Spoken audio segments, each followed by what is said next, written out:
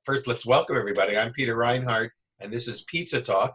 I'm here today with Laura Meyer, who is she's an instructor at the International School of Pizza in San Francisco, and also one of the main administrators there. And we really first connected about 10 years ago when Pizza Quest came to Tony's Pizza Napolitana in San Francisco. I think you have been one of his first employees or pizzaiolos there, or were a student there. I don't remember. You were seemed like to me you were just getting started. You were just a kid back then, and now it's Pretty 10 much years later, and now you're like a superstar in the pizza world. You're winning competitions. You're representing the United States. I mean, a lot has happened in 10 years. So what I'd love to do is maybe during our first episode today, talk a little bit about that whole journey, your journey into pizza, and kind of bring us up to the present moment. So, like, awesome. When we first met, this was back when 2010. What brought you into the whole pizza world? Well, I first started in 2006, I want to say. And so that was my first job. I was 16 or 17 at the time, and it was one of those mom and dad are yelling at me to go get a job. Where were you living? I was living here in the Bay Area of California. So I was living in Hayward, and I was going to school in Oakland, and I had a friend who worked at this pizzeria pretty close to my house. And since I was being yelled at to go get a job, I just said, hey, can you get me an application? Like, sure, I'll work with you. You're one of my best friends. And they pretty much hired me without really seeing me. It was one of those everybody's first job type locations. Well, wait a second. You were in Hayward. Isn't that where Tony's first pizzeria was, he and his brother? Did you know Yeah, that? it was the first pizzeria was in Castro Valley. And so it just so happened to have been 10 minutes down the street. Is that and Paisano? Is it called? Is that what it's called? Yeah. Correct. Yeah. We're talking about Tony Gemignani, who's Laura works with and for now, but is also kind of one of your main mentors. Definitely. So your connections go way back before you were really the pizza. I've even known him before he even won in Naples. So before he was Tony. He was already Tony the acrobat, but he wasn't Tony the full-fledged pizzaiolo yet. And so it's nice to kind of see my progression, but also his kind of in tandem. So it's been a wild ride, to say the least. Yeah, I'll bet. So anyway, you were still a kid, and then you got your first job. It was my first job, and then I was going to college over in San Francisco, and after I graduated, there it goes.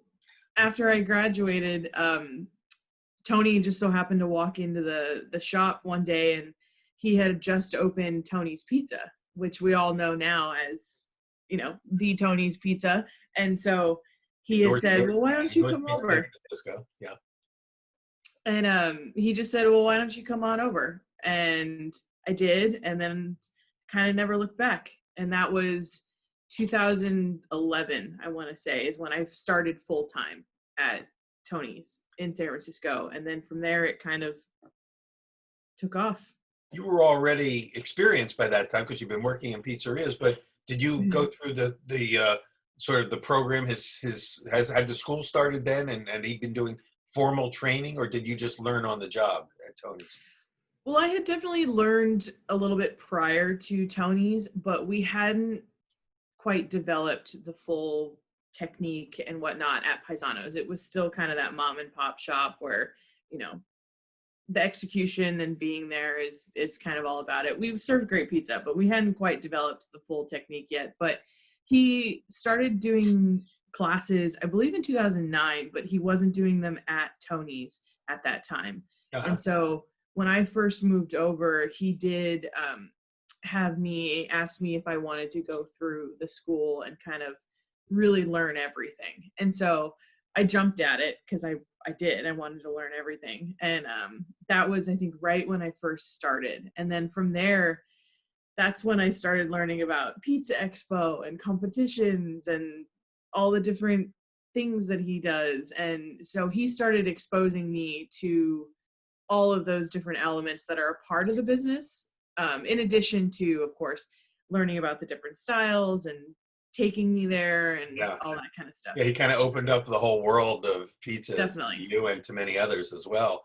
but you were certainly part of that, you know, I would call it his protege class. And but and so back then, I'm thinking, in the in the 2010 to 2015 period, to my recollection, there weren't a lot of women in the pizza world, or at least well known women. Nancy Silverton had Pizzeria Mozza in L.A., but you didn't really hear about too many women being on the front lines of pizza. What was it like for you coming into it as a woman? Was it challenging? Were there challenges to kind of deal with glass ceilings to break through and stuff like that? In the beginning, it was one of those things where I didn't realize that there weren't a lot of women, because it wasn't something that was super glaringly obvious to me. It was just, you feel the energy that surrounds Pizza Expo, and you just want to be a part of it. And so that's kind of why I jumped in, and I really wanted to compete. And I've always been a really competitive, sorry about that. I've always been a really competitive person. And so it just kind of fit right in. But probably after my first competition was at Pizza Expo in Las Vegas. And then that same year, not even a month later, is when I went to my first international competition in Parma. And that was kind of when I realized, okay, I think there's not a lot of people like me. There's not a lot of females. Because in Parma, they allow you to have an assistant that'll help you like with your ingredients and lugging things around and things like that. And all of the women were the assistants, and they were dressed like pizza makers and they were dressed like cooks,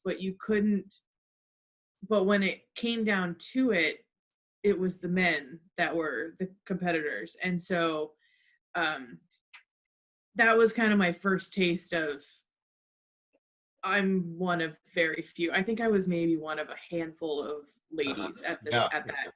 And then for me to win, I won that competition. And that was another indicator of, because when they announced the winner as a man. And then they had to retract their statement and say, oh no, it's a woman. They weren't used to announcing a woman as the winner. It was like, whoa, what have we done here? What was it that you made that you won with?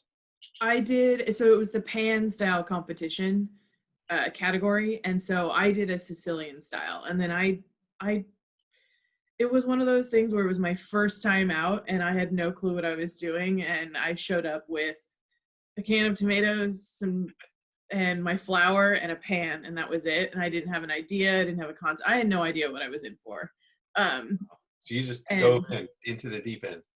Pretty much, I just showed up at every market and store I could and just figured it out as I went. And then it so happened that, I had made the best pie of the day. It's nice when it happens that way. But, in order to go into a competition to begin with, you have to have a certain amount of self-confidence and, and belief in yourself. And that doesn't just happen overnight. How did where does your love for food? Because to get in the pizza business, you've got to love what you're doing. It's hard work. And you have to love making food and making pizza. Well, take us back a little bit further to your early days. Where did that all come from? Well, I'm lucky because growing up, I grew up with two chefs as parents. Oh, and in a culinary family, yeah. And granted, they had already gotten out of the business by the time I had come around.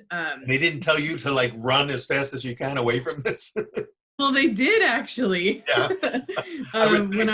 When I first started cooking, and really cooking, and not just working at my neighborhood shop and having fun because I was a teenager, but really kind of when I moved over to San Francisco and I really wanted to make this something, my dad had warned me that, this is going to be really hard. It's not just physically grueling, long hours. You work holidays, we're not going to see you as much. It's just physically grueling. It's mentally grueling. Just every aspect of it. And even Tony kind of warned me in the beginning of what it was going to be like. And so, but I knew growing up that I didn't know exactly what I was going to do. I wasn't one of those kids that knew at the age of 5 that I wanted to be a chef.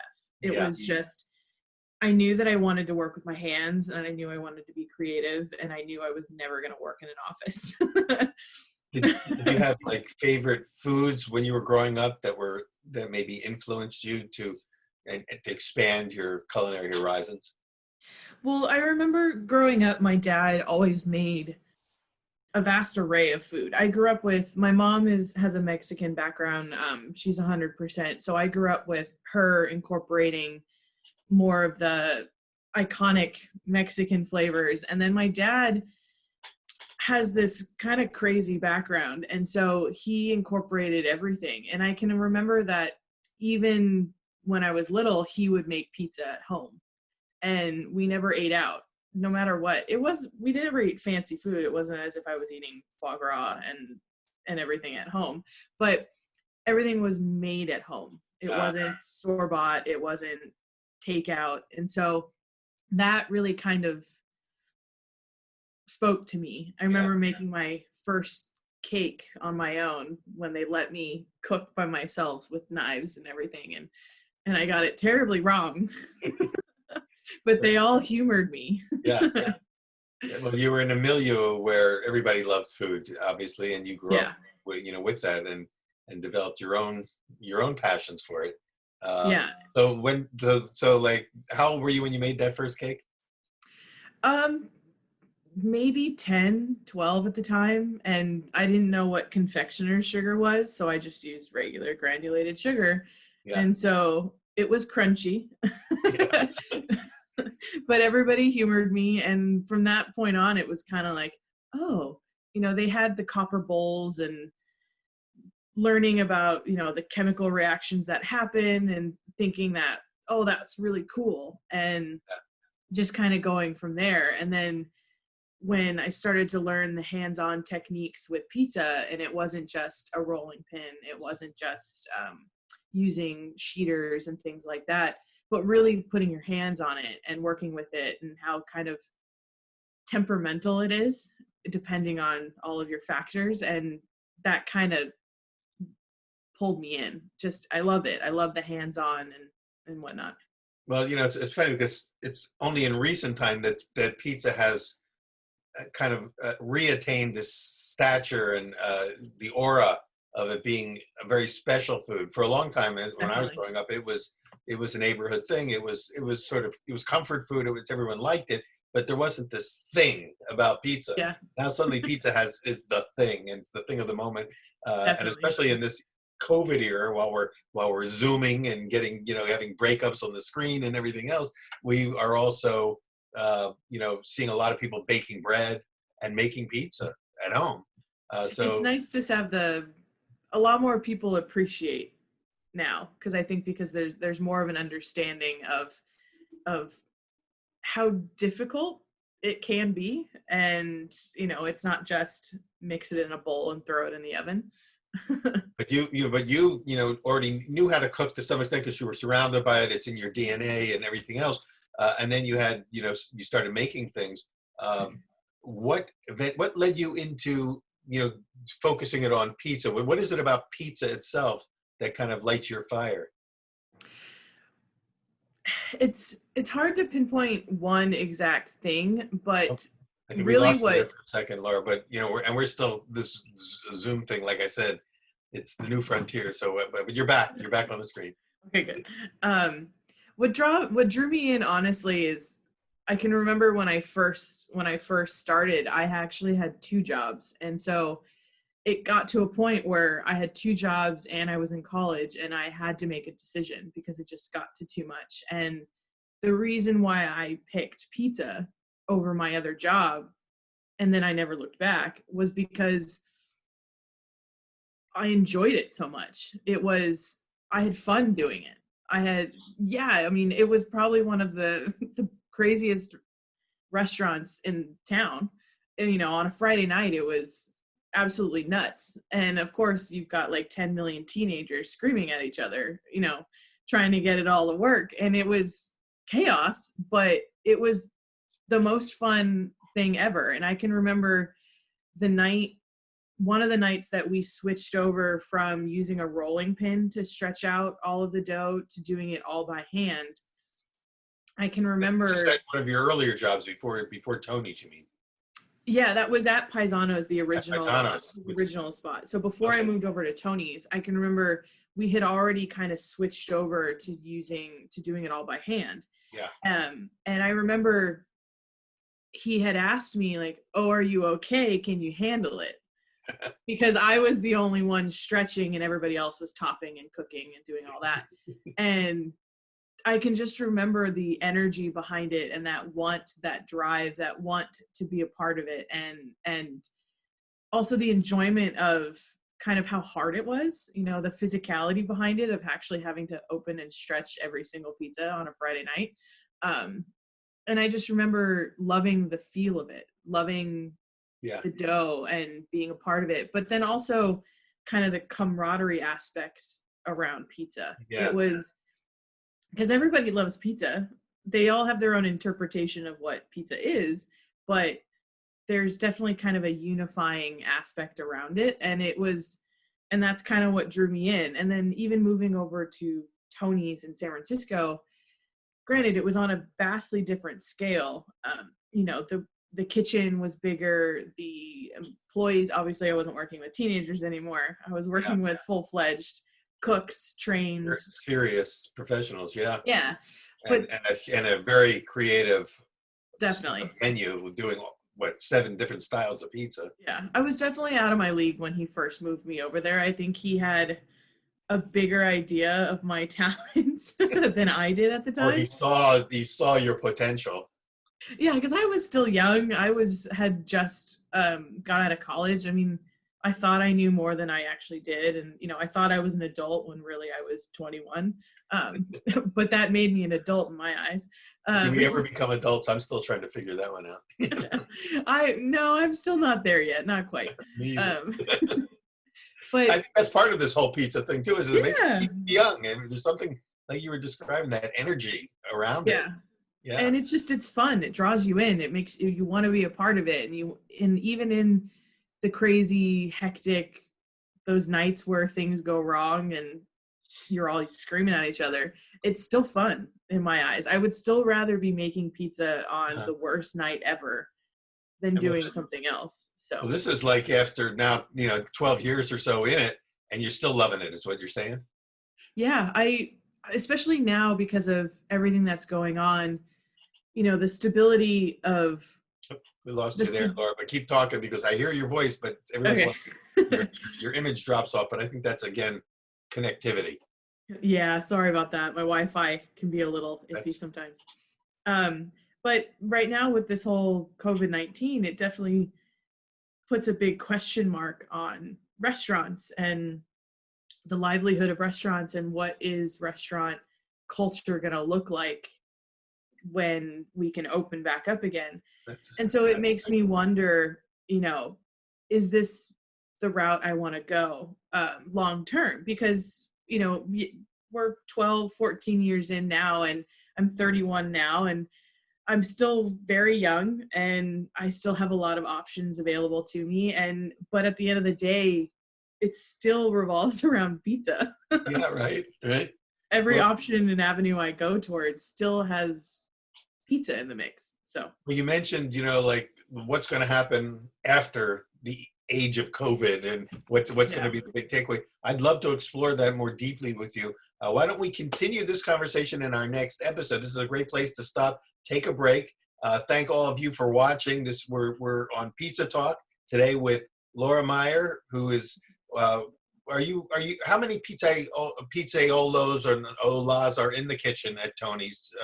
Would you say that you're like running the kitchen, or is there sharing of the kitchen? How does that go? It's definitely like a beehive, so there's quite a few in there. At any one time, I want to say there's probably 10 to 15 people, kind of all working towards the same goal. And usually, if I'm in there during service, then I'm one of the main ones. Well, then your experience would kind of, put you in that role. In addition, you're also one of the lead administrators of the International School of Pizza, and and we want to talk about all that, which may be a big part of the future. We'll continue to explore the future of pizza in our next episode of Pizza Talk. Join us then. Laura, thanks. We'll continue this conversation in the next episode. Thanks. Bye. Are the future of pizza, assuming that you stay in it. I don't know. I felt like there was a cliffhanger there at the end there, No, I'm pretty much going to stay in it. We'll pick it up from there anyway, and we'll talk some more. So let me introduce. I'm going to introduce you again, but first I want to say hello to all the people who are tuning in. I'm Peter Reinhardt. This is Pizza Talk presented by Pizza Quest, and today we're in part 2 of our conversation with Laura Meyer, who I'm calling a future Yoda.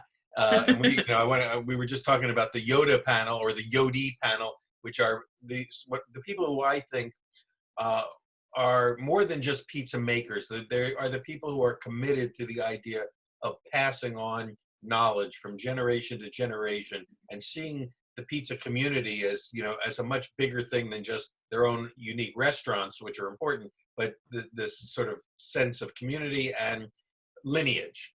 And I know that lineage has been a very important part of your mentor, Tony Gemignani's, mission is, and I think part of why he started the International School of Pizza in San Francisco, of which you are now an instructor and an administrator and really a big part of. So Laura, when we last left off, you were talking about sort of your own journey into pizza and where you're at now, working full-time, entering competitions, winning competitions, going to Italy and, traveling, and the world's opened up to you as Definitely. a pizzaiola who is, has become, a force in your own right. So I want to explore where it's going for you, but maybe we'll start by talking about the school itself and, how you see the work of the school and your role in it. Well, the school is great. It's the branch that Tony opened it's the first branch here in the U.S. It's a branch of one of the oldest schools in Italy. And so it's been around since the 80s, and it's pretty much kind of like a trade school for pizza. It's all pizza all the time, everything you want to know. And so we have 2 different courses. We divide it up based on the styles that are going to be taught, especially because of the dough and the hands-on techniques, and of course the ovens that are required and whatnot. And so the school is great for me. It's one of my driving forces through my time in pizza. I love making pizza, but as I've kind of grown up with it and my knowledge around it has increased, teaching it is the one thing that I love. It's teaching somebody how to do the techniques, but also how different it can be from person to person. That one technique that I show you might be a little bit different, and just kind of seeing the progression of someone's skill. Uh-huh. And you always have that light bulb moment with someone, and to kind of see the light bulb go off of, oh my gosh, I really understand this now, and I can take this home with me, and to be able to see their pictures and their emails and their success stories, and also just how happy it makes them. Not just because, their business is thriving, but physically to see their face light up and, because they've mastered something is great. It's a great feeling. That aha moment when, like you say, when the light bulb goes off, it's really probably one of the most satisfying parts of being in the teaching side of this industry. So going back to the school, so you offer courses in specific styles. Like, can someone sign up for coming in for just pan pizza or just Neapolitan or just, or is it like a complete curriculum that involves having to go through all the different stages in order to get certified? So we divide it up. We have 2 classes. One is the Neapolitan and Classic Italian course, and then on the flip side is the American, and then we also couple the Sicilian pan style with that. And so we always advise people to come in with a primary focus. So even though you come in for the American style and you want to say, I only want to learn Detroit. Yes, we teach those. We will teach you that specifically, but we also want to expose you to kind of some of the other styles. So our objective is, yes, to teach you the style that you want to learn, but to expose you to some of the other styles. I see. Our classes are held within our main restaurant in San Francisco, so at Tony's. So even though you come in, let's say, for that Neapolitan style, because the restaurant executes so many other styles in addition, you learn how to execute one style, but within others. So when you go home, you have a broader knowledge base. And even though you might not spend every minute of the day working on, let's say, a Chicago cracker thin, you do have the basic understanding and the basic knowledge of it. And it's always interesting for us because our students always come in with a primary focus, but by the time they leave, because our objective is to expose you to more and to teach you the science and the manipulation aspect, their concepts always change by the end. You've kind of expanded their whole worldview of what pizza can be. Exactly. And also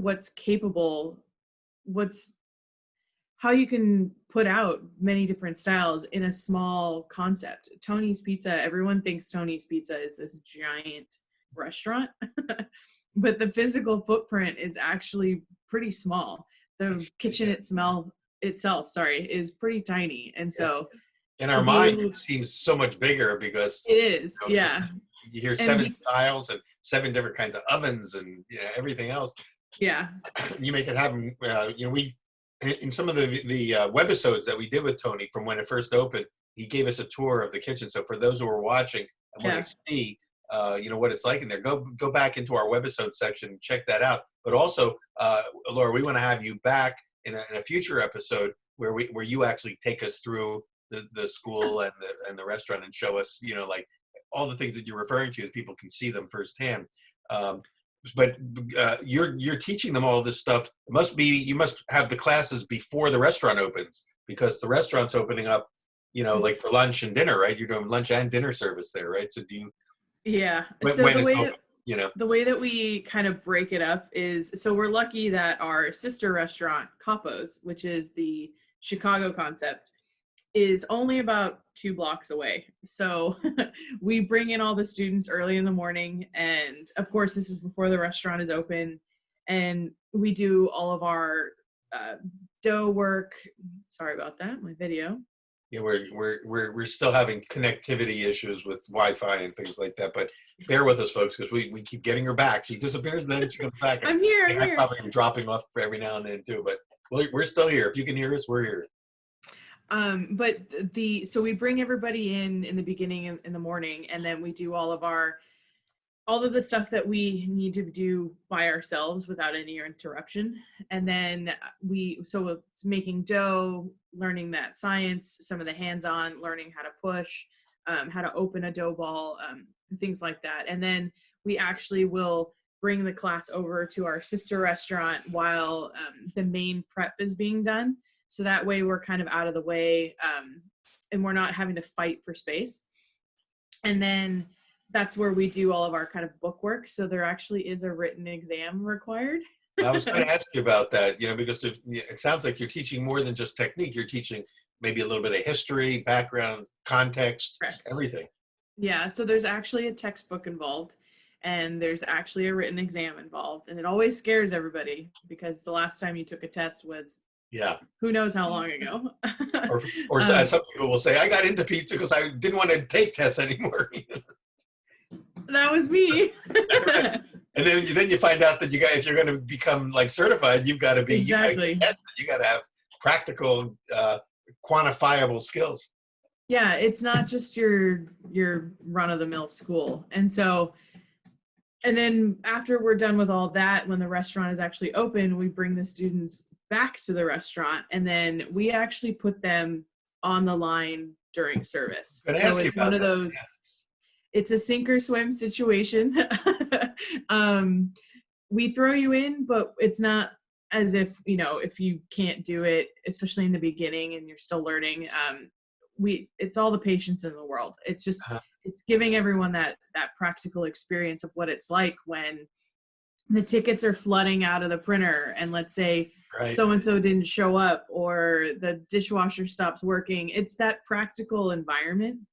And that's how we want to teach people, because I can teach anyone how to make pizza. All of us could, in a perfect environment Right. where the temperature is perfectly controlled, the humidity is controlled, and every day is the same. It's like Groundhog Day. But that's not a real world environment. When you Yeah. leave us, we want to make sure that you can still execute the style that you want to learn. So some of the people who come to the school are already in the business. They may have a restaurant. They just want to, push their skills to another level. But you're also getting some who maybe are not, or maybe thinking about opening a restaurant. Is that true? And so for it's them, true. this may be their first sort of deep dive, uh, you know, panic It's true. situation.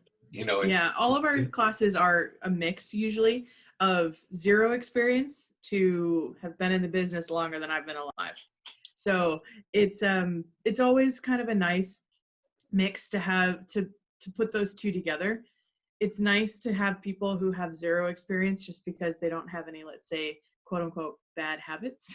yeah, right. It's harder to break a habit than That's it is true. to Yeah. create one. So I know a famous baker, Lionel Poilon, who unfortunately is no longer with us, but he told me that he would only hire and train bakers who had never worked anywhere, had never gone to a baking academy or anything else, because he said it's too hard to untrain them of their bad habits. it is. It's a little tricky. I mean, with pizza, you kind of have to understand that everyone's technique is going to vary slightly. Everyone's hands work a little bit differently, especially lefties versus righties. It's just it's going to vary a little bit, and so learning how to kind of work between that is always a little bit of a challenge. But having the mix is nice, just because in terms of experience level, because then they get to talk to each other, they get to ask each other questions, because when you've been in the business, it's easy to kind of stop asking questions because whatever you say goes. Yeah. And so it's nice to kind of put somebody with someone who's new, because they start to see that the perspective is different. The things that they might see is different, and then vice versa. It's the same way. If I'm brand new in the business and I have someone standing next to me who's been doing it for 30 years, I'm going to pick your brain. Right. Well, how many people typically come in for a class cycle? So we usually limit the class to we prefer 6. We'll push to 8 if we really have a high demand for it. But we like 6 just because it gives everyone enough one-on-one attention. Yeah, it's manageable. Exactly. It's more manageable. At one point in time, we were doing 10 to 12. I don't know how we did it, but we How did. long do they come in for like one class? They coming in for the classical class. How long does that run? Both classes, the professional courses, are 5 days long, and usually the hours per day will vary a little bit. But usually they come in around 8 or 9 in the morning, sometimes earlier if they need it. And then usually they don't finish until, if you finish early, it's around 3 or 4 in the afternoon. But if you don't finish till later, sometimes it can go till about 6 or 7 in the evening. So you're potentially there for 10 to 12 hours. So people who are coming in from out of town, they're committing to getting there, getting a place to stay while they're there, and then the number of hours required to be there to get through. And then at the end, there's a big test, and and they leave with a certification from the school. Correct. Is that right? So depending on the course that you've come for, you'll get a specific certification for that. And then of course you get a certificate that says that you've been part of the school and whatnot. And then we add you to kind of our roster of graduates. What about the school, the Mother House school in Italy that Tony was certified in? Do they recognize then the certification because it's part of their lineage as well? They do. So on the certificate, you'll see our specific logo, which is specific to our location here within San Francisco. But then you'll also see the kind of the house logo, which is the from Italy. And they're still operational.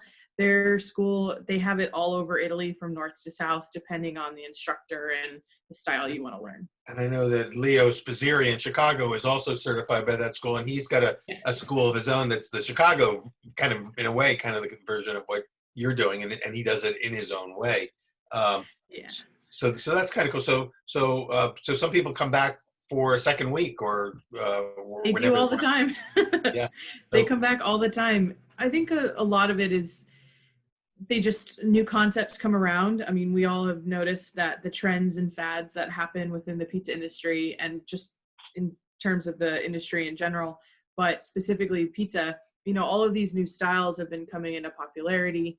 Of course, Detroit style, was hot for for a long time, still kind of is, but you're starting to see more of the grandma and the Roman. funny And how grandmas come back, from and yeah, people think it's been. I mean, the name grandma pizza it's only one or two generations old. It's not like 200 years ago there was a grandma yeah, pizza. There was always a grandma pizza, but now it's a thing, exactly. its own thing. Yeah. And Roman, you mentioned Roman. I think that could be the next big trend. What do you think? What are you seeing in the future of pizza, where it's going, and also in the future of sort of the pizza business?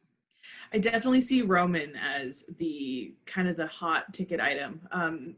It's kind of been gaining momentum over the last year, definitely.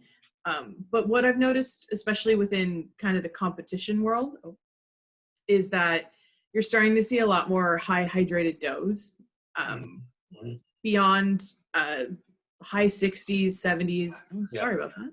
And even some of them higher. are. Yeah, some are coming into like at 90%, maybe even. Yeah, and so I've definitely am starting to see that line between bread and pizza blurring even more. Now Or that, maybe converging.